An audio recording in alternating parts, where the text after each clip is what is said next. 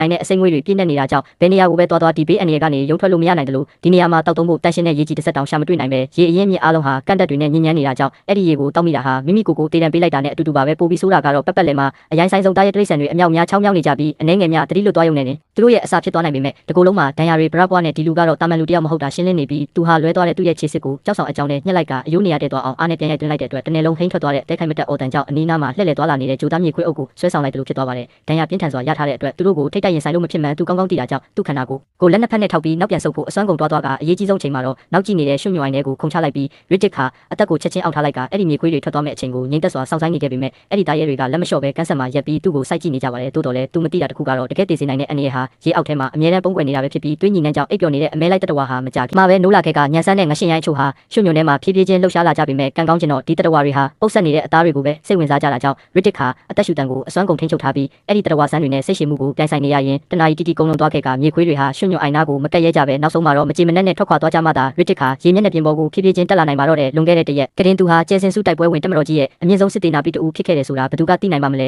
ဒါပေမဲ့အာနာမမော်ပြီးလောဘတက်လာတဲ့သူ့ရဲ့လက်အောက်ငယ်သားတွေဟာပိုပြီးကြီးမားတဲ့အာနာကိုလိုချင်တာကြောင့်သူ့ကိုထောင်ချောက်ဆင်ပြီးဒီရိုင်းဆိုင်နဲ့ဂျိုပေါ်ကိုပို့ဆောင်ခဲ့ကြကရည်ရွယ်ချက်တစ်ခုတည်းကတော့သူ့ကိုအပြည့်ရှင်းဖြစ်ပြီးတတိလက်လွတ်ဖြစ်နေတဲ့စစ်တပ်ကိုတိမ့်ပိုက်ဖို့ဖြစ်လို့သူဟာ6ကမ်းမဘော်ကနေတိုက်ရိုက်ပြုတ်ကျခဲ့ရတာဖြစ်ပြီးဘာဖြစ်လို့လဲဆိုတော့ယာဒုလူချင်းတဲ့သူတွေဟာပထမဆုံးအနေနဲ့မူလပိုင်ရှင်ကိုအမြဲတမ်းဖယ်ရှားလေးရှိကြလို့ပါပဲသူအသက်ကိုပြင်းပြင်းရှူနေတော့မှာပဲနောက်ကျောဘက်ကနေအတံပလန်တစ်ခုထွက်ပေါ်လာပြီးဂျိုသားမြေခွေးတစ်ကောင်ဟာသူ့ကိုရှာဖွေတွေ့ရှိသွားကနောက်တစ်စက္ကန့်မှာပဲသူ့ပေါ်ကိုခေါ်လိုက်ပါတော့တာကြောင့်အရှိန်ဟုန်နဲ့ပဲနှစ်ကောင်သားလုံးထွေးသက်ပုတ်ကြရင်အဲ့ဒီသားရဲဟာအလွန်ပဲဇွဲတန်လာတာကြောင့်ဖဲထုတ်ဖို့မလွယ်ကူမှန်းရစ်တစ်ချက်ချင်းရိပ်မိသွားပြီးအခြေအနေပိုဆိုးလာတာကိုမြင်တဲ့အတွက်သူဟာခါးမှာပတ်ထားတဲ့တန်ချက်ကဝစ်စုံကိုဖြုတ်ပြီးလက်နက်အဖြစ်သုံးဖို့ပြင်ဆင်လိုက်ပေမဲ့မတိုက်ခိုက်ခင်မှာပဲသူ့ကောင်းထဲကိုအကြံတစ်ခုရုတ်တရက်ဝင်လာတာကြောင့်တိုက်ခိုက်ဖို့မရွေးချယ်ပဲဝိုင်းဝန်းနေတဲ့တန်ချက်ကပြားကိုအဝေးကြီးကိုလှမ်းပစ်လိုက်တဲ့အခါအဲ့ဒီမြေခွေးဟာစက်ခနဲတုံသွားပြီးခိတ္တမြဝေခွဲမရဖြစ်ပြီးနောက်မှာတော့သူ့ရဲ့တိရစ္ဆာန်ပိစအတိုင်းတန်ချက်ကပြားနောက်ကိုအပြေးလွှားလိုက်သွားတာကိုမြင်လိုက်ရတဲ့ရစ်တစ်ခါအဲ့ဒီဂျိုသားမြေခွေးတွေဟာကဘာပေါ်ကခွေးတွေနဲ့တိတ်မကွာခြားလာပဲဖြစ်နိုင်ရင်ရင်ပါအောင်မွေးမြူလို့တောင်ရနိုင်နေဆိုတဲ့အချက်တစ်ခုကိုသဘောပေါက်သွားပါတယ်ဒါပေမဲ့ယာယီဘေးအနေရကနေလွတ်မြောက်သွားရုံနဲ့ကျိုးသွားတဲ့ခြေထောက်ပြဿနာကပြေလည်မသွားတာကြောင့်သူဟာနောက်ထပ်တန်ချက်ကပိုင်းစားတစ်ခုကိုဖြုတ်ပြီးကျိုးနေတဲ့ခြေထောက်ရဲ့အပြင်ဘက်မှာကတ်လိုက်ကတန်မိုးတစ်ချောင်းကိုအယိုးထဲထိတိုက်ရိုက်သွင်းလိုက်ပြီးအန်ဝတ်စရာကောင်းတဲ့စိတ်ကြံ့ခိုင်မှုနဲ့အတူခြေထောက်ကိုအကျန်းထဲတွဲဆက်နိုင်ခဲ့လို့အ ਨੇ ဆုံးတော့ပြန်ပြီးလှုပ်ရှားသွားလာနိုင်ခဲ့က